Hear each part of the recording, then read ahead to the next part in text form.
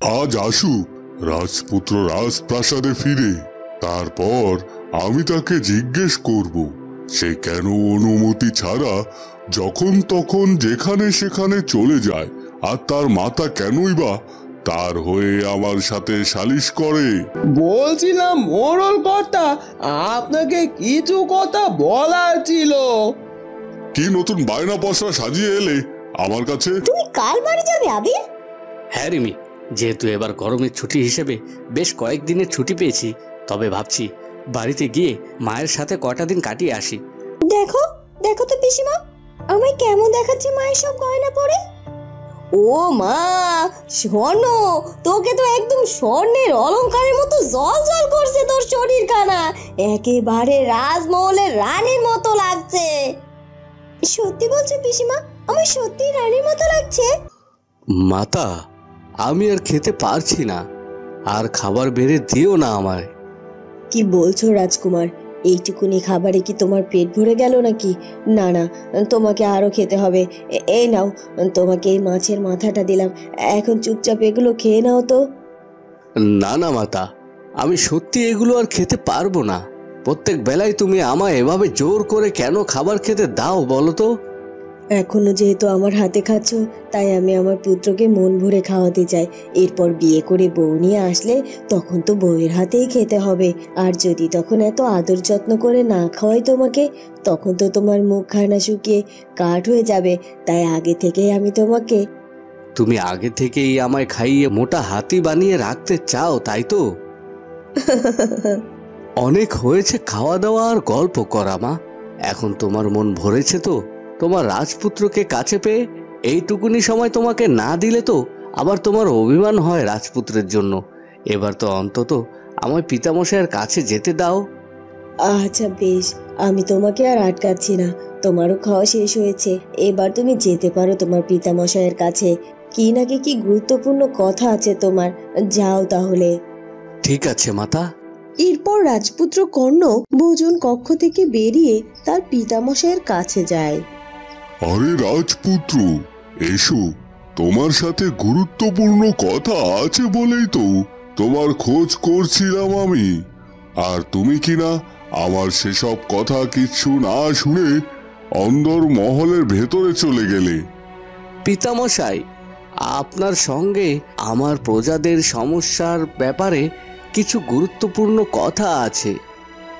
প্রজাদের ব্যাপারে কথা বলবে তুমি আমার সঙ্গে? আমিও তোমায় প্রজাদের ব্যাপারে বলতে চাচ্ছিলাম। আসলে বছরে খাজনা নেওয়ার সময় হয়ে এসেছে। এখন প্রজারা কেউ খাজনা দিতে শুরু করেনি, আর এবারে খাজনা নেওয়ার দায়িত্বটা আমি তোমার উপর দিতে চাই। এই বিষয়ে কথা ছিল তোমার সঙ্গে। আর তুমি আমায় কোন বিষয়ে বলতে চাইছো বলো তো? আমিও তো এই খাজানার ব্যাপারে কথা বলতে চাইছি পিতামশাই। কেন রাজপুত্র, প্রজাদের কি খাজনা দিতে কোনো সমস্যা অথবা আপত্তি আছে? না না পিতামশাই, প্রজাদের রাজ্যের মঙ্গলের জন্য খাজনা দিতে কোনো আপত্তি নেই। তবে তবে কি রাজপুত্র? আসলে প্রয়োজনের চেয়ে বেশি পরিমাণের মানে অধিক পরিমাণের যদি প্রজাদের কাছ থেকে খাজনা আদায় করা হয়, তাহলে তারা কি করে বেঁচে থাকবে বলুন তো পিতামশাই? কি বলছেন কি আপনি রাজপুত্র?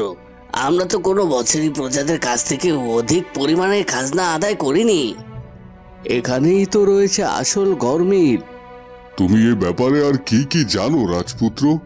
খুলে বলো তো দেখি, আগে শুনে বোঝার চেষ্টা করি। এরপর রাজপুত্র কর্ণ স্বর্ণালী ও কমলিনীর বাবা ভোলার কাছ থেকে শোনা সব কথা রাজামশাইকে খুলে বলে। রাজামশাই এসব শোনা শেষে বলে, ঠিক আছে, কাল তাহলে আসুক প্রজারা এখানে। আমি তাদের মুখ থেকেই আরো ভালো করেই শুনতে চাই তাদের সমস্যার ব্যাপারে। তারপর না হয় খাজনা আদায় শুরু করা হবে এবছর। হ্যাঁ পরমা বৌদি, পরমা বৌদি, বাড়ি আসো নাকি? কে? আরে ঘটক দাদা যে, হঠাৎ আপনার আগমন আমাদের বাড়িতে। বাড়িতে শেয়ানা মেয়ে থাকলে ঘটকেরা আনাগোনা তো হবেই বৌদি। কথাটা অবশ্য আপনি ভুল বলেননি। মেয়ে দুটো তো বড় হচ্ছে, এখন দু একজন ঘটক এভাবে আসতে শুরু করবে, আর এটাই স্বাভাবিক। হ্যাঁ, আসলে আমি ভোলা দাদার কাছে কয়েকবার আপনাদের দুই মেয়ের বিয়ের ব্যাপারে কয়েকটা প্রস্তাব দিয়েছিলাম, কিন্তু ভোলা দাদা তো আমায় কিছুই জানায়নি। তাই বাড়িতে চলে এলাম আপনার সঙ্গে কথা বলবো ভেবে। আসলে মেয়ের বাবা যদি কোনো কথা না বলে, তাহলে আমি এই ব্যাপারে কি বলবো বলুন তো? আপনি কোনো চিন্তা করবেন না ঘটক মশাই, ভোলা দাদা কোনো কিছু বলেনি তো কি হয়েছে, আমরা তো আছি, আমরাও তো মেয়েদের বিয়ে নিয়ে ভাবতে পারি। আপনি আমায় ভালো ভালো কিছু পাত্রের খবর দেন তো। মানে সুমনা, তোমার দাদা যখন এই বিষয়ে কথা বলেনি, তখন আমাদের কি মেয়েদের নিয়ে এই ব্যাপারে এইসব চিন্তা করা উচিত? তুমি চুপ করো তো বৌদি, তোমরা তোমাদের কমলিনীকে কোথায় বিয়ে দেবে, কবে বিয়ে দেবে সেটা নিয়ে ভাবো। আমি আমার স্বর্ণের জন্য এখন থেকে প্রস্তাব দেখতে শুরু করব। বসুন ঘটক দাদা, আর আমাকে এক এক করে ভালো ভালো ছেলের খোঁজ দিতে শুরু করেন। সব সময় আমার মেয়ে স্বর্ণকে নিজের বলে দাবি করা, আর যত সব আধিক্যতা করুক, সুমনা যা ইচ্ছে তাই করুক, ওর দাদা বাড়িতে এলে সেই নয় বুঝে নেবে তার বোনের সাথে। আমার আর এখানে কিছু করার নেই। পরমা সুমনাকে কিচ্ছু না বলে নিজের কাজে চলে যায়, আর সুমনা ঘটকের কাছ থেকে স্বর্ণের জন্য পাত্রের খোঁজ করতে থাকে।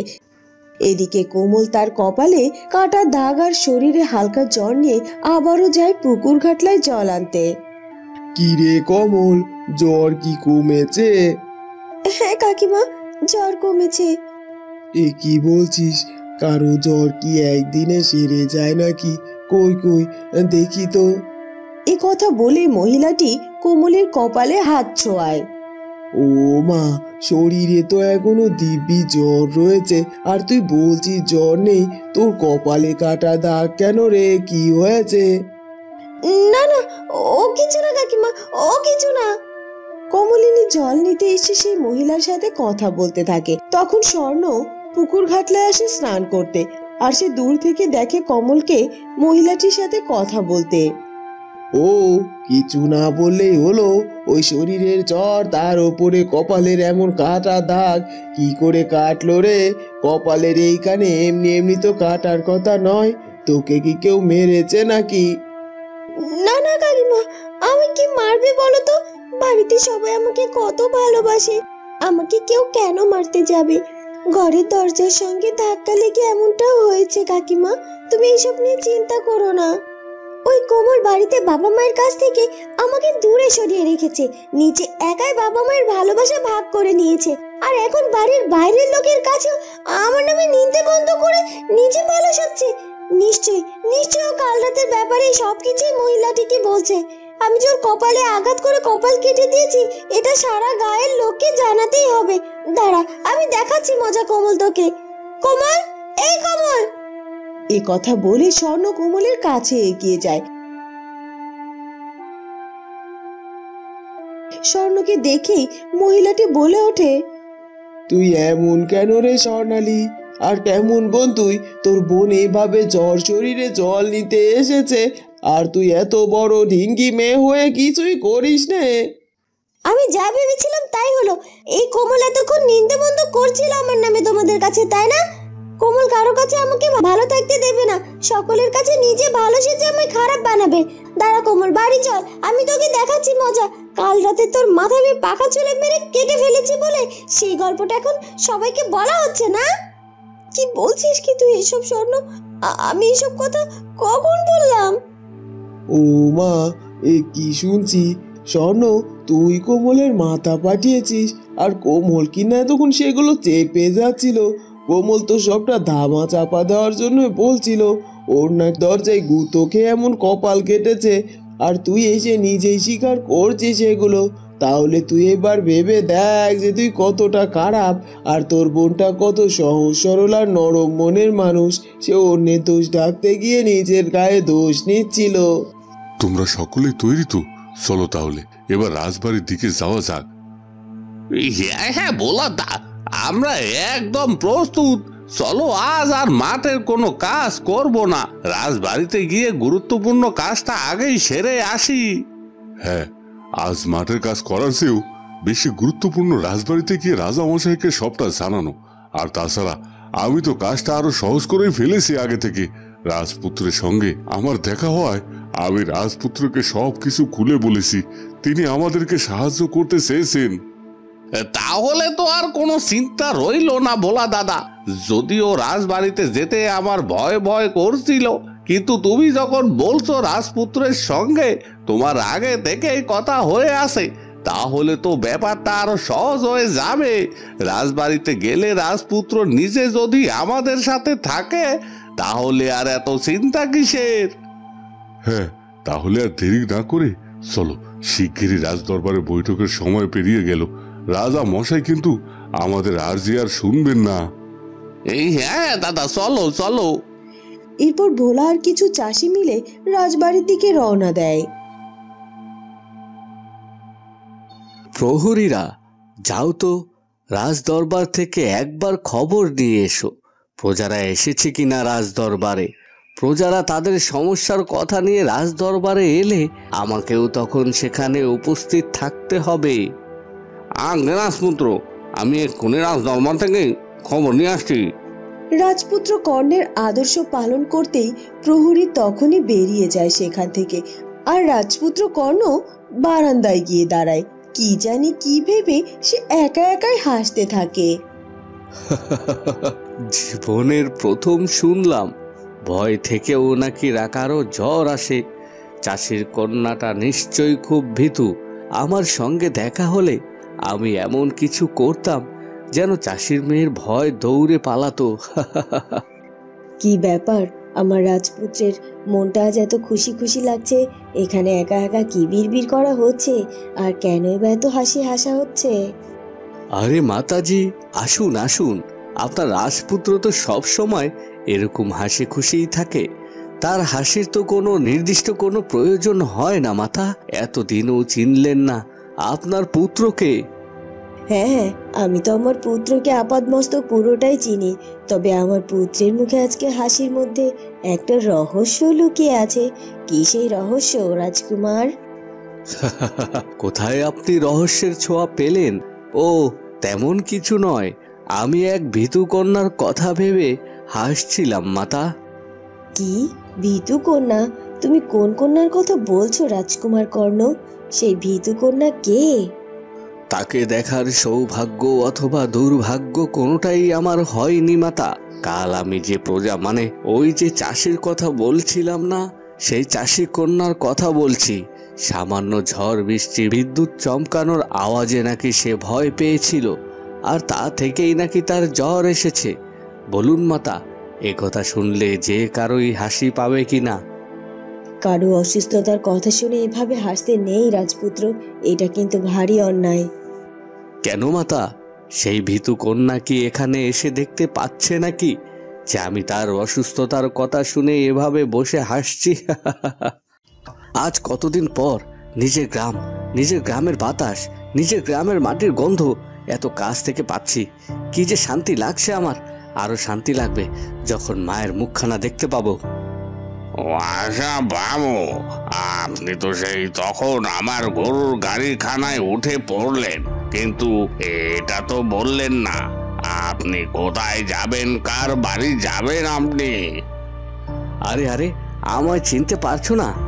আমি তো তোমাদের এই গায়ের মোড়লের ছেলে। মোড়ল বাড়িতে যাব আমি। ও আচ্ছা, আপনি তাহলে আমাদের মোড়লের ছেলে। আসলে অনেকদিন আপনাকে দেখিনি তো। আপনি তো এখন গায়ে থাকেন না, তাই চিনতে অসুবিধা হচ্ছিল। এখন আর অসুবিধা হচ্ছে না। বেশ, এবার তাহলে চলুন। আমার যে আর বাড়িতে পৌঁছানোর তর সইছে না, শিগগিরই চলুন। আপনি কোনো চিন্তা করবেন না ছোট কর্তা বাবু, আমি যত তাড়াতাড়ি সম্ভব আপনাকে আপনার বাড়ি পৌঁছে দিয়ে আসছি। বন্ধুরা, কি হতে চলেছে এরপর সেটা জানবো আমরা স্বর্ণকমল গল্পের পরবর্তী পর্বে। আর আমাদের আজকের পর্বটি ভালো লাগলে অবশ্যই আমাদের চ্যানেলটিকে সাবস্ক্রাইব করে দিও। দেখা হবে নতুন পর্বে। ধন্যবাদ।